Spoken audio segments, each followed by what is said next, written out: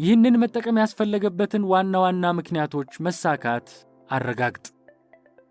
እነሱም የተሻለ ፍጥነት፣ በብዛት ማምረት፣ ወጪ መቀነስ፣ የተሻለ ጥራት ናቸው።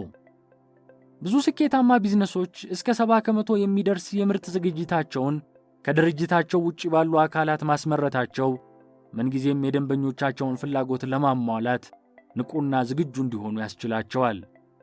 የደንበኞች ቁጥር ሲጨምር በሌሎች ሰዎች ጊዜ ማምረታቸውን ይጨምራሉ።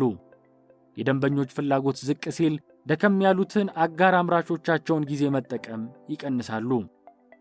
አጠቃላይ ድርጅቱ ወደ ውስጥ ብቻ ከማየት ይልቅ ወደ ውጪ በመመልከት መንፈስ ይቃኛል። በዚህም ሰፋፊ የገበያ ዕድሎች፣ አዳዲስ የአሰራር ስልቶች፣ ተጨማሪ የሌሎች ሰዎች ገንዘብና ተጨማሪ የሌሎች ሰዎችን ጊዜ ማግኘት ይችላሉ። ኦፒኤም እና ኦፒቲን ተጠቃሚነትህ በጨመረ መጠን ቢዝነስህ ጠንካራና ውስብስብ ይሆናል። እንደ ቀድሞ በቀላሉ ውሳኔ ልትሰጥባቸው የማትችለው በርካታ ጉዳዮች በአስቸጋሪ ሁኔታ ከፊት ይደቀናሉ። ጊዜ፣ ውሳኔና ድርጊት እጅጉን እንደተቆራኙ አስተውል። መደበኛ የአመራር ሥራ አለብህ። ከሠራተኞችህ ጋር የሚኖርህን ግንኙነት ጨምሮ በርካታ ውስጣዊ ጉዳዮች ያሳስቡሃል። የደንበኞችህ ማብቂያ የሌለው ጥያቄ በወቅቱና በአግባቡ መመለስ እንዳለበት ታምናለህ። ጊዜ፣ ውሳኔና ድርጊት እጅጉን እንደተቆራኙ አስተውል። መደበኛ የአመራር ሥራ አለብህ።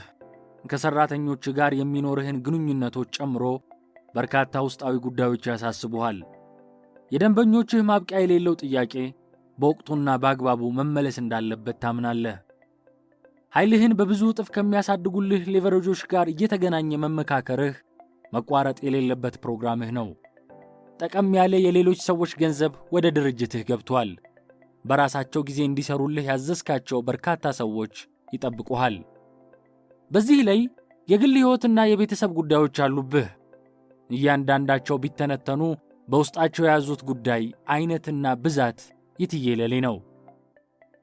በጊዜ አጠቃቀምህ ላይ የሚፈጥሩት ጫና ቀላል አይደለም። አንዱ ላይ ስታተኩር ሌላኛው ፈንድቶ ውድመት ሊያስከትል ይችላል። መልካም ውሳኔ አስተላለፍኩ ብለህ እፎይ ከማለትህ ያልተጠበቀ መዘዝ ወዲያውኑ ቢያስከትልስ? ነገሮች እየተወሳሰቡ በማትፈልገው አቅጣጫ እንድትጓዝ ብትገደድስ? ሰላማዊና አስደሳች የብልጽግና ጉዞ እያደረግኩ ነው እንደማትል የታወቀ ነው። ሕይወትህ የቱንም ያህል በተለያዩ ጉዳዮች ቢሞላ ሁሉንም በአግባቡ ልታስተናግድ የምትችልበት በቂ አቅምና ጊዜ አለህ የሚለው ስቴቨን ኮቬይ ከእንዲህ አይነቱ ውጥንቅጥ ሊታደገን የሚችል ባለ 4 መስኮት የጊዜ ሰሌዳና መቅደም ላለበት ቅድሚያ ስጥ የሚል መርህ ቀምሯል። የጊዜ ሰሌዳውን እንመልከት። ጊዜን ውጤታማ በሆነ መንገድ ለመጠቀም የመጀመሪያው ተግባር ጉዳዮችህን ጠቃሚና አጣዳፊ ብለህ በሁለት ዘርፎች መለየት ነው። ጠቃሚ የምንላቸው ነገሮች ግቦችህን ወደ ማሳካት የሚያደርሱ ተግባራትን ሲሆን እነዚህ ተግባራት በድርጅትህ በኩል ወይም በግልህ የምታከናውናቸው ናቸው። አጣዳፊ የምንላቸው አስቸኳይ ድርጊት የሚፈልጉ ናቸው። እነዚህም ግቦችህን ከማሳካት ጋር ቀጥተኛ ግንኙነት ያላቸው ሲሆን በአስቸኳይ ካልተፈጸሙ ችግር ያስከትላሉ። ጠቃሚ ጉዳዮች አጣዳፊ ከመሆናቸው በፊት እንድናተኩርባቸው የጊዜ ሰሌዳው ይረዳናል። አጣዳፊ ጉዳዮችም ችግር ከማስከተላቸው በፊት መፍትሄ እንዲያገኙና ጊዜያችንን እርባና በሌላቸው ጉዳዮች ላይ እንዳናጠፋ ያነቃናል። ነገሮችን ቀደም ብሎ ማከናወን፣ በተሻለ ፍጥነት ወይም በጣም በቀላሉ የማከናወን ክህሎትን ማዳበር፣ እንዲሁም ነገሮች ራሳቸውን በራሳቸው እንዲያስኬዱ ማስቻል የጊዜ አጠቃቀም ጥራትን የሚያሳዩ ብቃቶች ናቸው። የስቴቨን ኮቬይ የጊዜ አጠቃቀም ሰሌዳ የመጀመሪያው አጣዳፊና ጠቃሚ የሚባሉት የሚለዩበት ነው። ለምሳሌ የግብር መክፈያ ቀን ነገ ይጠናቀቃል፣ የፕሮጀክቱ የመጨረሻ ቀን ዛሬ ነው፣ አስቸጋሪ ሁኔታ ወይም ቀውስ ተከስቷል፣ አስቸኳይ መፍትሄ እና የመሳሰሉት ናቸው። ሁለተኛው ደግሞ የማያጣድፍ ጠቃሚ ጉዳዮች የሚዘረዘሩበት ነው። ለምሳሌ ዕቅዶችን ማዘጋጀት፣ ሲስተም መዘርጋት፣ ስትራቴጂ መቀየስና ግቦችን ማስቀመጥ፣ ግንኙነቶችን መገንባት፣ መልካም ዕድሎችን ማሰስ፣ ፈጠራን ማጎልበትና የመሳሰሉት። ሶስተኛው አጣዳፊና የማይጠቅሙ ጉዳዮች የሚዘረዘሩበት ነው። ለምሳሌ ጥቅም የሌላቸው ጥያቄዎች፣ የማህበራዊ ጉዳይ ስልክ ጥሪዎች፣ ስብሰባዎች፣ የበዓላት ተሳትፎዎችና የመሳሰሉት። አራተኛውና የመጨረሻው የማያጣድፉ እንዲሁም የማይጠቅሙ ጉዳዮች የሚዘረዘሩበት ነው። ለምሳሌ በሥራ ቦታ ጌሞችን መጫወት፣ በፌስቡክ ድረገጽ ዋዛ ፈዛዛ መመሰጥ፣ ጊዜ በማባከን መደሰት፣ የመደበቅ አባዜና የመሳሰሉት ናቸው። እንግዲህ እያንዳንዱ መስኮት የራሱ ውጤት ያስከትላል። እስቲ አንድ በአንድ እንመልከተው። መስኮት 1 አጣዳፊ ነገር ግን ጠቃሚ ጉዳዮችን አሰባጥሮ ይዟል። ይህ ውጥረትና በትርምስ የተሞላ እንቅስቃሴን ያስከትላል። ምናልባትም ነገሮችን ከቁጥጥር ውጪ በማድረግ ለውድቀት ይዳርግ ይሆናል። አሊያም አስቸኳይ መፍትሄ ፍለጋ ለተጨማሪ ወጪና ውጣ ውረድ ማጋለጡ አይቀርም። ብዙውን ጊዜ በእንዲህ አይነቱ ሁኔታ ውስጥ የምትገኝ ከሆነ የጊዜ አጠቃቀምህን ማስተካከል ይጠበቅብሃል። አልፎ አልፎ በዚህ ሁኔታ ውስጥ መገኘት ምንም ማለት አይደለም። ከአንተ ቁጥጥር ውጭ ያሉ ነገሮች ይህ ሁኔታ እንዲከሰት ሊያደርጉ ይችላሉና ተጨማሪ አጣዳፊና ጠቃሚ ጉዳዮች ከሌሉብህ በቀላሉ ትቆጣጠራቸዋለህ። ስራዎችህን አስቀድመህ አከናውን።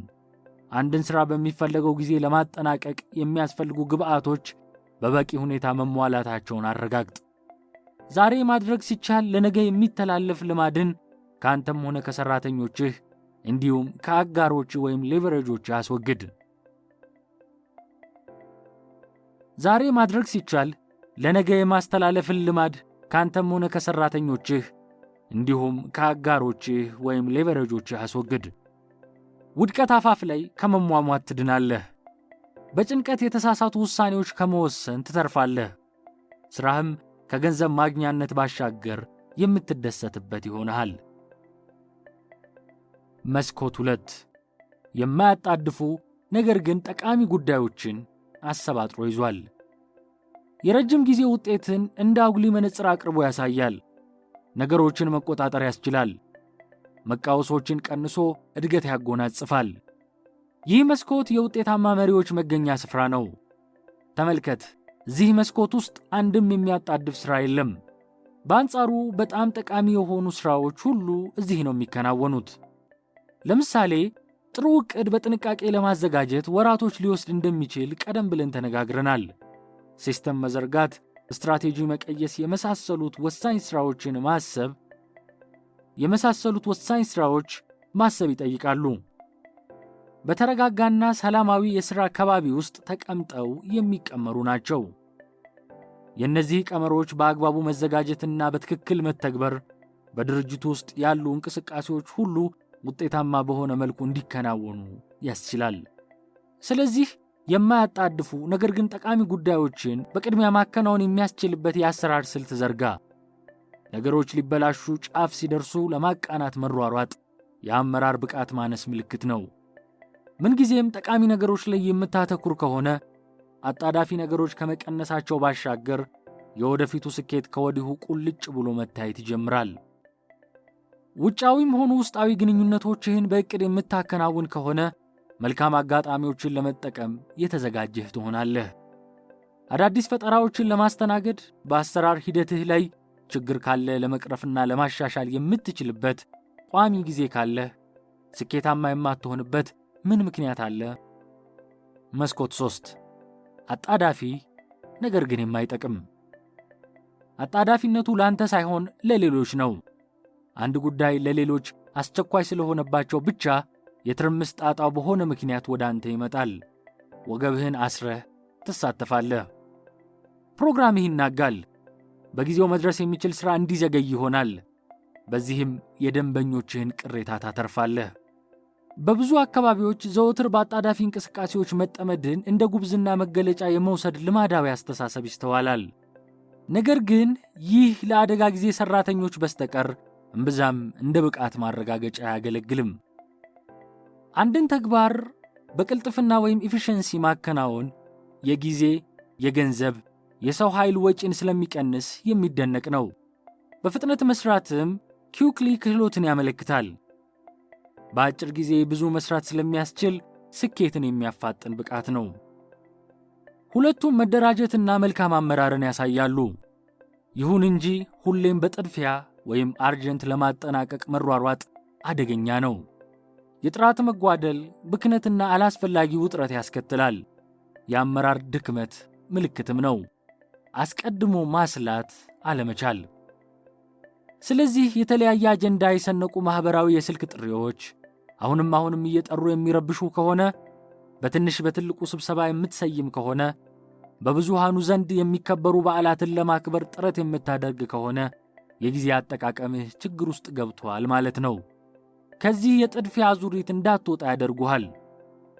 የተዘረዘሩት ጉዳዮች በራሳቸው ምክንያት አጣዳፊ ቢሆኑም ለቢዝነስህ ጠብ የሚያደርጉት ነገር የላቸውምና የማይጠቅሙ ብለናቸዋል። መስኮት 4 የማያጣድፍ በዛም ላይ የማይጠቅም። ይህ የመጨረሻው አስከፊ መስኮት ሲሆን ውጤቱም የዛነው ያህል አስቀያሚ ነው። ዕጣ ፈንታውም ሙሉ ለሙሉ መውደቅ ወይም ሳያድጉ ባሉበት ከመቆም አያልፍም። በመስኮቱ ውስጥ እንደተጠቀሰው የሥራ ጊዜን ጌም በመጫወት ፌስቡክን የመሳሰሉ ማህበራዊ ድረገጾችን በሚያሟሙቋቸው ወቅታዊ አጀንዳዎች፣ ቀልዶችና መሰል መዝናኛዎች ተጠምዶ መዋል የሚያስገኘውን ውጤት መገመት አያዳግትም። ስልኮች በመደዋወል መደሰት፣ ቢሮ ተደብቆ ከእውነታ ለመራቅ መሞከር ምን ውጤት እንደሚያስገኝ መገመት አያዳግትም። በማያጣድፍ በዛም ላይ ለቢዝነስህ ፋይዳ በማይሰጥ የጊዜ አጠቃቀም ውስጥ ካለህ እጅግ አደገኛ ሁኔታ ውስጥ ነህና በተቻለ ፍጥነት ወደ መስኮቱ 2 ገስግሰህ አዲስ የጊዜ አጠቃቀም ቅረጽ። ወደሚቀጥለው ድርጊት ከመሻገራችን በፊት የሀብታሙን ሰውና የዓሣ አጥማጁን ወግ እንከታተል። እነዚህ ሰዎች በየራሳቸው ፍልስፍና ሕይወትን ያጣጥማሉ። ልዩነታቸውንም ሆነ አንድነታቸውን በአግባቡ ማስተናገድ ችለው ወዳጃሞች ሆነዋል። አንድ ቀን ሀብታሙ ሰው የቤተሰቡን ታሪክ ለዓሣ አጥማጁ አጫወተው። በሰማው ታሪክ ክፉኛ ያዘነው ዓሣ አጥማጁም ጌታው፣ እርስዎ እንዲህ ባለ ሀብት ሲንበሸበሹ ወንድሞት እንዴት ድሃ የጎዳና ተዳዳሪ ሊሆን ቻለ? ሲል ጠየቀ። ሀብታሙ ሰውዬም ይህ አሁን አንተ የጠየከኝን ጥያቄ የሆነ ሰው ከዓመታት በፊት እኔና ወንድሜን ጠይቆን ነበር። ወንድሜም እንዲህ ብሎ መለሰለት፣ ከመሃይም ድሃ ሰካራምና የተዋረደ ቤተሰብ ነው የመጣሁት። ከመዝረፍ፣ ከመስከር፣ ከመደባደብ ውጪ ከኔ ምን ትጠብቃለህ? አለው። እኔም በተራዬ እንዲህ ስል መለስኩ፣ አባታችን ያደርግ የነበረውን ሁሉ ላለማድረግ ገና በልጅነት የወሰንኩ። አባታችን ከመሰረተው ቤተሰብ ፈጽሞ የተለየ ቤተሰብ ሊኖረኝ እንደሚገባ በወጣትነት የወሰንኩ። ሀብታም መሆን እንዳለብኝ ደግሞ ከተወሰኑ ዓመታት በፊት ወሰንኩ። የታሪኩ ፍሬ ሐሳብ፣ ትክክለኛ ውሳኔዎች አዎንታዊ ናቸው። በምንም ስሌት ሕይወትህ ላይ አሉታዊ ተጽዕኖ አያሳድሩም። ይህ ተራኪ ነው።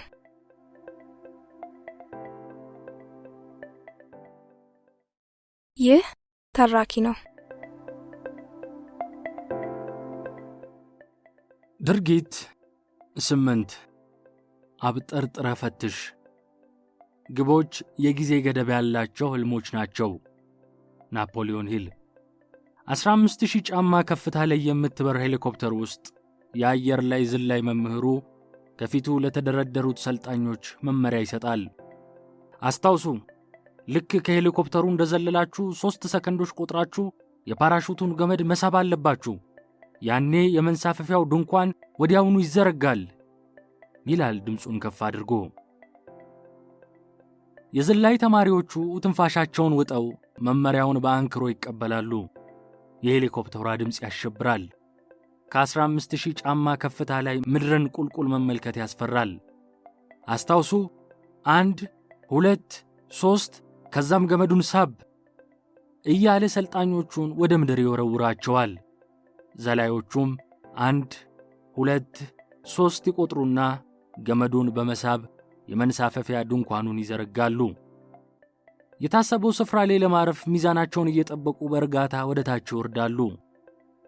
ድንገት ከመካከላቸው አንዱ ዘላይ በከፍተኛ ፍጥነት ወደ ምድር ሲምዘገዘግ ታየ። የመንሳፈፊያ ድንኳኑን አልዘረጋም፣ ምንም አይወራጭም። ቀድመው የዘለሉ ጓደኞቹን እያለፈ ቁልቁል ተምዘግዝጎ መሬት ተከሰከሰ። የሚያሳዝነው ነገር ይህ ዘላይ ከመሬት ጋር ከመላተሙ ጥቂት ሰከንዶች ቀደም ብሎ በከፍተኛ ድምፅ 3 ሲል መደመጡ ነው። የታሪኩ ፍሬ ሐሳብ እንደታቀደው መተግበር ካልተቻለ የከፋ አደጋ ሊከሰት ይችላል የሚል መልእክት ያስተላልፋል። ይህ ሰው የመዝለያ ድንኳኑ አልፈታ ብሎት አልነበረም ለመከስከስ የበቃው። ችግሩ የተማረውን የመተግበር ብቃት ማነስ ላይ ነበር። ከሄሊኮፕተሯ እንደዘለለ ቀዝቃዛው አየር ሲመታው ደነገጠ። ቁልቁል የሚመለከተው ከወትሮ የተለየ ሲሆንበት ሐሳቡ ተናወጠ። በዚህ መሃል ከዘለለ ከ3 ሰከንድ በኋላ ገመዱን ስቦ የመንሳፈፊያ ድንኳኑን የመዘርጋት መመሪያውን ዘነጋ። እጅግ ዘግይቶ ቢዘረጋውም ትርጉም አልነበረውም። ማወቅ አንድ ነገር ነው፣ በተገቢው ጊዜ መተግበር ደግሞ ሌላ ነገር ነው። እንደምታውቀው ዓለማችን በአስደናቂ ፍጥነት የመለዋወጥ ሂደት ላይ ነች። ዛሬ ትክክል ነው ያልከው ነገር ነገ ስህተት ሆኖ ይገኛል። አዋጣም የተባለ የሥራ ዘርፍ ባልታሰበ ምክንያት ትርፋማ ሆኖ ይገኛል። አዳዲስ የገበያ ፍላጎቶች በፍጥነት አብበው በቶሎ ይከሰታሉ። ነገሮች በእንዲህ አይነቱ ፈጣን ሂደት ይጓዛሉ ሲባል፣ አንዳንድ ጉዳዮች ደግሞ የለውጥ ሕግ የማይሰራባቸው ይመስል በጣም ረዘም ላለ ጊዜ ባሉበት ይቆያሉ። እንግዲህ ይህንን በመሳሰሉ ትዕይንቶች በተሞላው ነባራዊ ሁኔታ ውስጥ ነው ሀብት ልታካብት የምትጥረው። ሁኔታውን በአዎንታዊ መነጽር ከተመለከትከው የነገሮች ፈጥኖ መለወጥ ተጨማሪ ዕድሎችን በፈጣን ሁኔታ እንዲፈጠሩ እንደሚያደርግ አስብ። ተጨባጭ ሁኔታህን ከውጭው ዓለም ጋር በሚስማማ መልኩ አስተካክለው። ቢዝነስህንና ራስህን እየፈተሽክ ወደፊት ገስግስ። የእስካሁኑን ጉዞ የምንገመግምበትና ቀጣዩ ሂደት ምን መምሰል እንዳለበት የምንነጋገርበት ወቅት ላይ ደርሰናል። የምታውቀውን ምን ያህል እንደተከበርክ በየመሃሉ መፈተሽ አስፈላጊ ነው። ሊታረሙ በሚችሉ ችግሮች ሙሉ ለሙሉ አሊያም በከፊል ከመክሰር ያድናል። ውይይታችን ውጤታማ ይሆን ዘንድ እስቲ ስለ አንድ ስዕል አንስተን እንነጋገር። ይህ ስዕል የክብ ቅርጽ ያለው ሲሆን ይህ ክብም 4 ቦታ ተከፋፍሏል። በአንደኛው ክፍል ላይ ህልምና ዕቅድ፣ በሁለተኛው ላይ ድርጊት፣ በሦስተኛው ላይ ፍተሻ፣ በአራተኛው ላይ ደግሞ ትግበራን መቀጠል የሚሉ ተቀምጠዋል። ጉዞህ በእነዚህ 4 ደረጃዎች እንዲያልፍ ተደርጎ ነው የተቀረጸው። አሁን ሦስተኛውና ፍተሻ የተባለው ደረጃ ላይ እንገኛለን። የብልጽግና ጉዞ ዳገት እንደ መውጣት ነው። በመጀመሪያ የራስህን ድንቅ ህልም አለምክ። አዎንታዊ አመለካከት እንድትጨምርበት ብቻ ላስታውስህ እፈልጋለሁ። ምክንያቱም ህልምህ ያለ አዎንታዊ አመለካከት እንደ ቅዠት ነው። ለተግባር አያነሳሳህም። ከአዎንታዊ አመለካከትህ ጋር ሲጣመር ገደብ አልባው እምቅ ሀብትህን ልትጠቀምበት የሚያስችልህን መንገዶች ማየት ትጀምራለህ። በመቀጠል ዕቅዶችህን አዘጋጅ።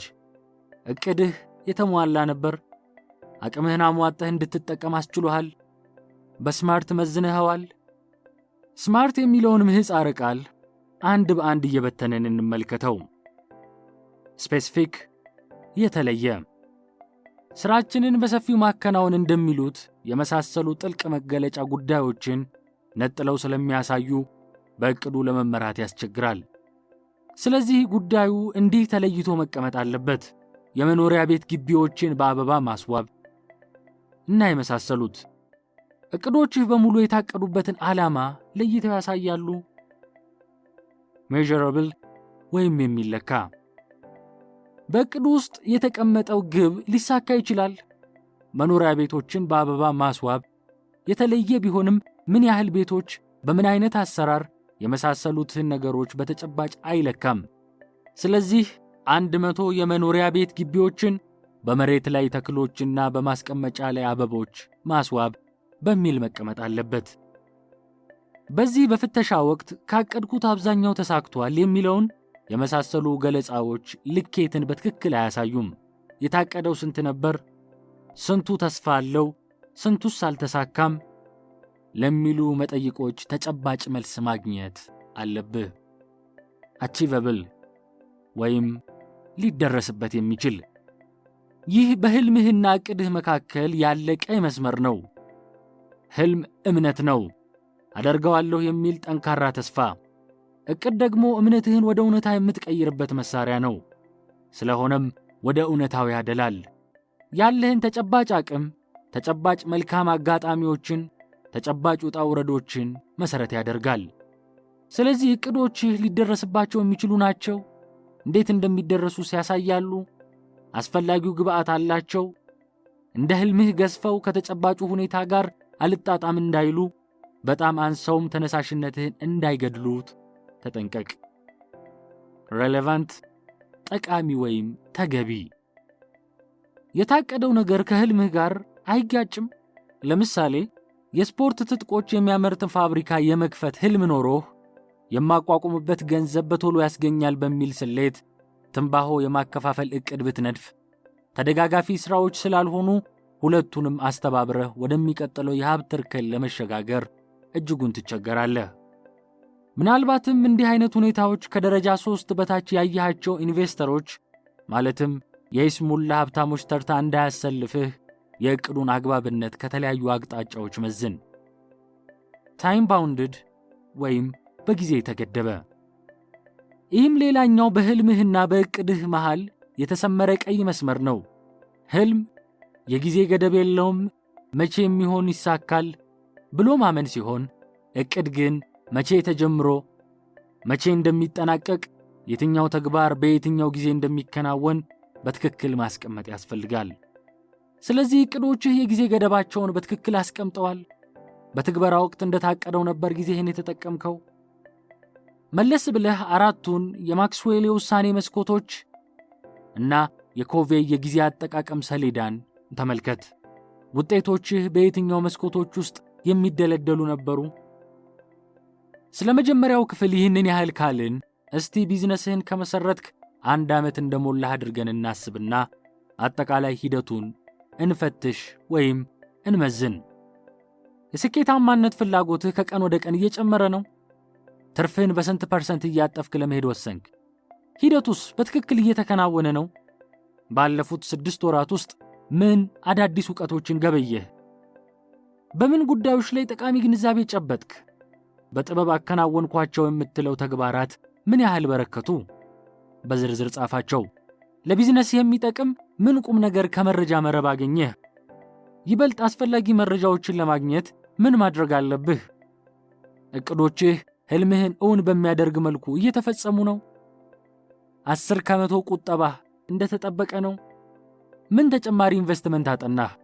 ምንስ ተጨማሪ ቢዝነስ መሰረትክ? ምን ያህል ሊቨሬጅ ፈጠርክ? በምርት ወይም አገልግሎት ዝግጅት ደንበኞችን በመፍጠር ረገድስ? በተቀላጠፈ አቅርቦት ዘርፍስ? ቢዝነሱን በመምራት ረገድስ? ምን ያህል የኦፒኤም ተጠቃሚ ነህ? እየጨመርክ ነው? እየቀነስክ? ወይስ ባለህበት ቆመሃል? የኦፒቲ አጠቃቀምህስ እንዴት ነው? የሁሉም መልሶች አጥጋቢ ከሆነ ቢዝነስህ በመልካም ግስጋሴ ላይ እንደሚገኝ አያጠያይቅም። ነገር ግን ለተወሰኑ ጥያቄዎች እንኳን አጥጋቢ ምላሽ መስጠት ካልቻልክ ማሻሻያዎች ለማድረግ አትዘጊ። ችግሩ ከቀመሩ ነው ወይስ ከአፈጻጸም ድክመት? መለየትና መፍትሄ መስጠት አለብህ። ያም ትግበራን መቀጠል ወደሚለው ወደ ክቡ መጨረሻ ክፍል ያደርስሃል። ዕቅድህን ከልስ። አፈጻጸምህ የሚሻሻልባቸውን መንገዶች ፈልግ። በአጠቃላይ ደካማ ጎኖችህን ወደ ጠንካራ ጎኖች ለመቀየር ግብ የምታወጣው ከዚህ ፍተሻ በኋላ ነው። ይህ ተራኪ ነው።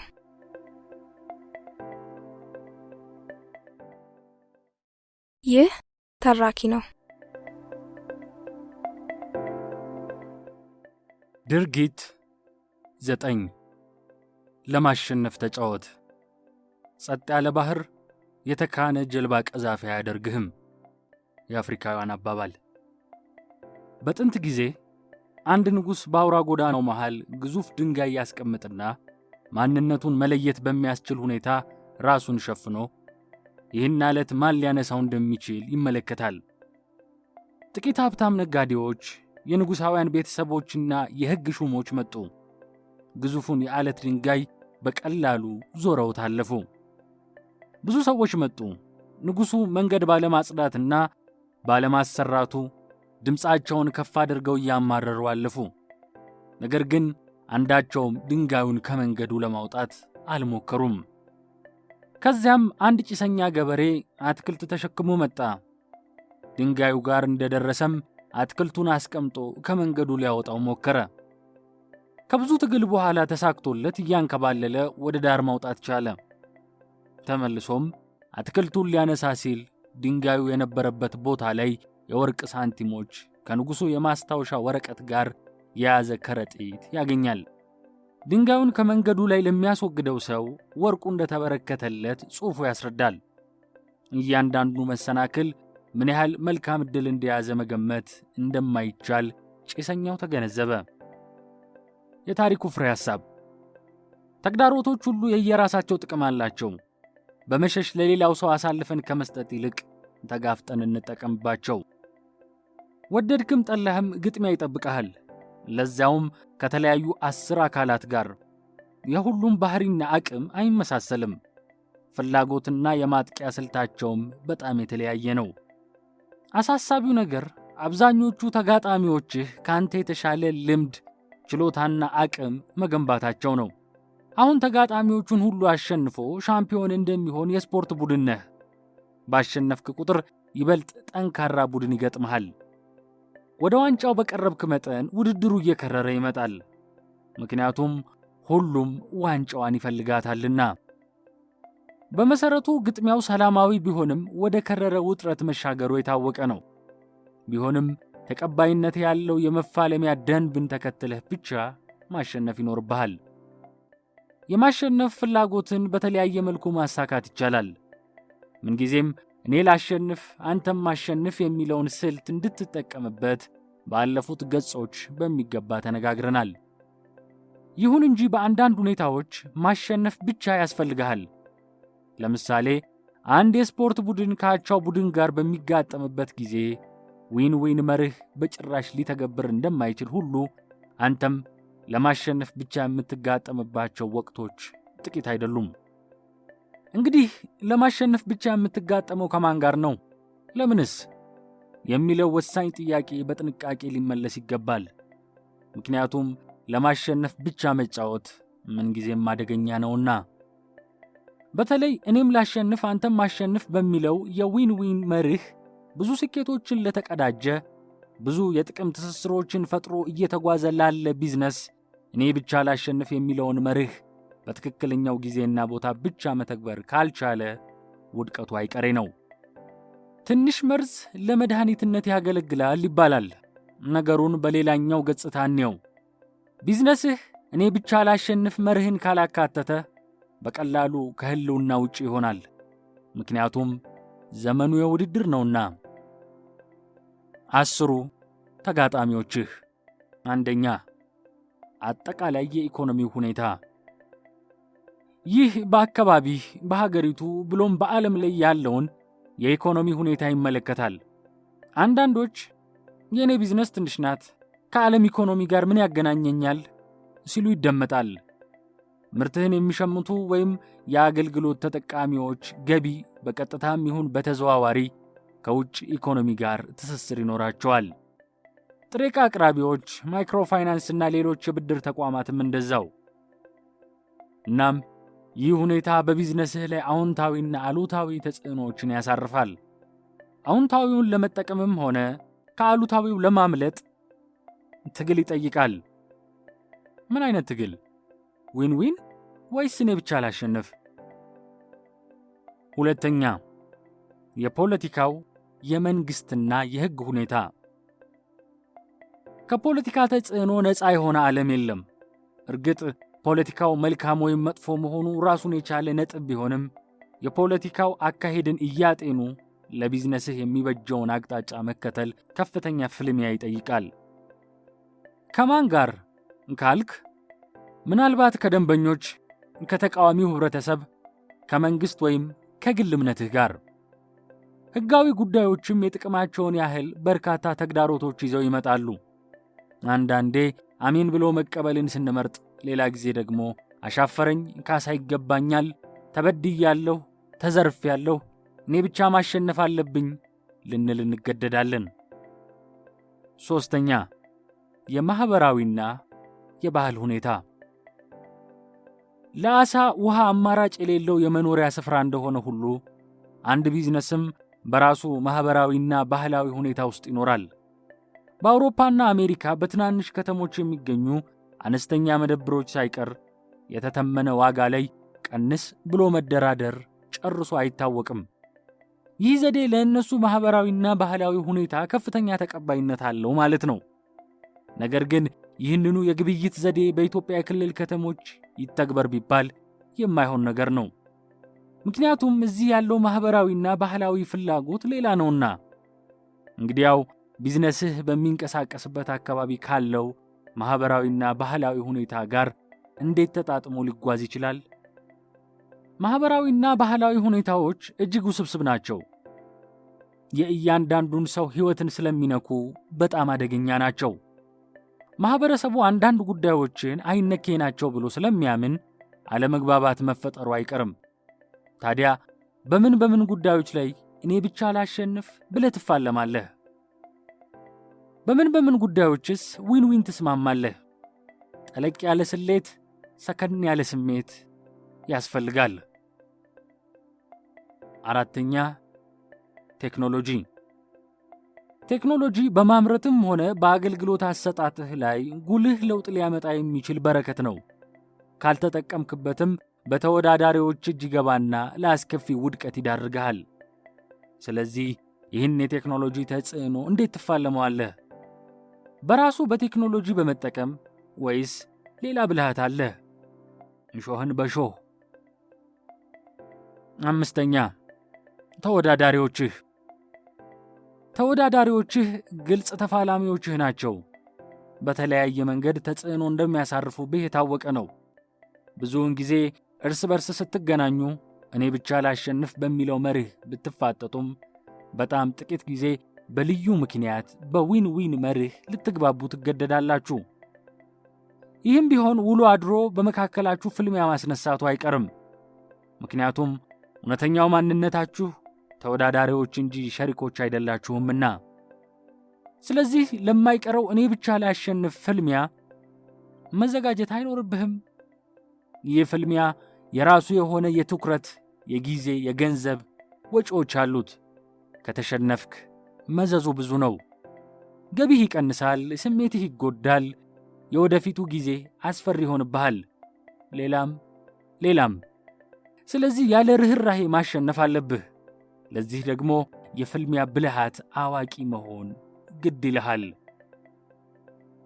ስድስተኛ፣ ግብአት አቅራቢዎችህ ወይም ሌቨሬጆችህ። ከነዚህ ጋር ደግሞ ምን ያፋልመኛል? አጋሮች አይደሉም እንዴ ትል ይሆናል። በእርግጥ አጋሮችህ ናቸው።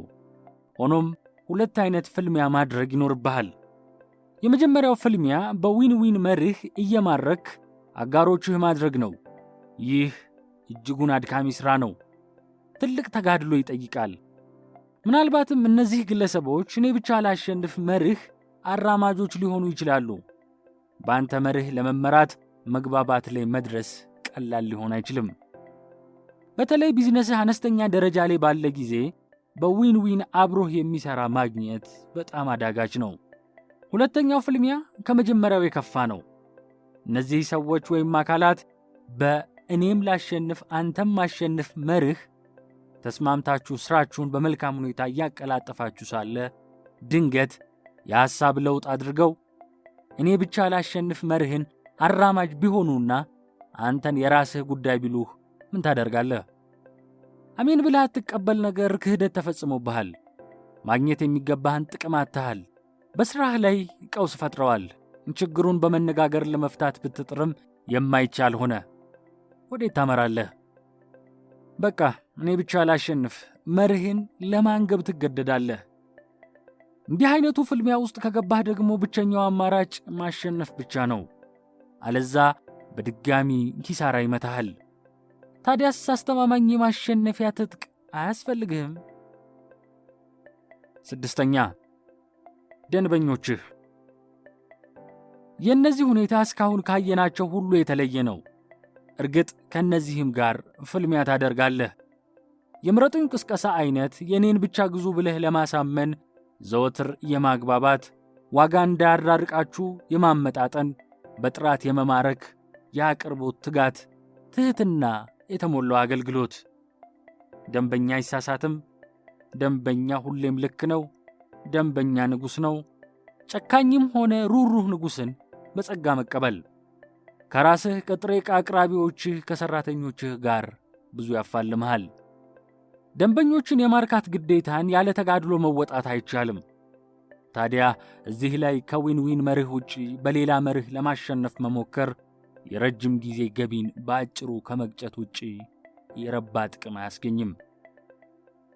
7ኛ የገበያው ሁኔታ። ይሄ ሌላኛው ፋታ የሚያሳጣ የፍልሚያ አውድ ነው።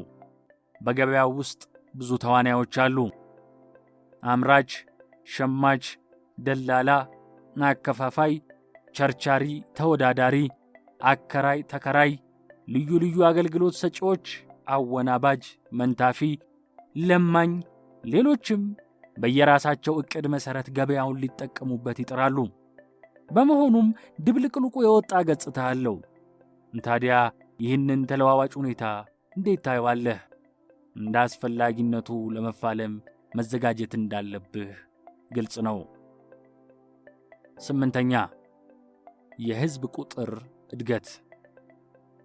ቢዝነስህ አንድም ሆነ ሁለት ወይም ከዚያ በላይ የየራሳቸው የገበያ ትኩረት ይኖራቸዋል። የየራሳቸው ደንበኛን የመለየት አሰራር ይኖራቸዋል። በዚህ መሠረት የሕዝብ ቁጥር ማደግና መቀነስ በቢዝነስህ ላይ አዎንታዊ ወይም አሉታዊ ተጽዕኖ ያደርጋል። አንድን የምርት ክፍል በምትፈልገው ደረጃ የሚሰሩልህ ሰዎች እስካገኘህ ድረስ እንዲሰሩልህ ስጣቸው። ነገር ግን ሁሉን ነገር በራሳቸው ጊዜ አጠናቀው የሚያስረክቡ መሆን አለባቸው።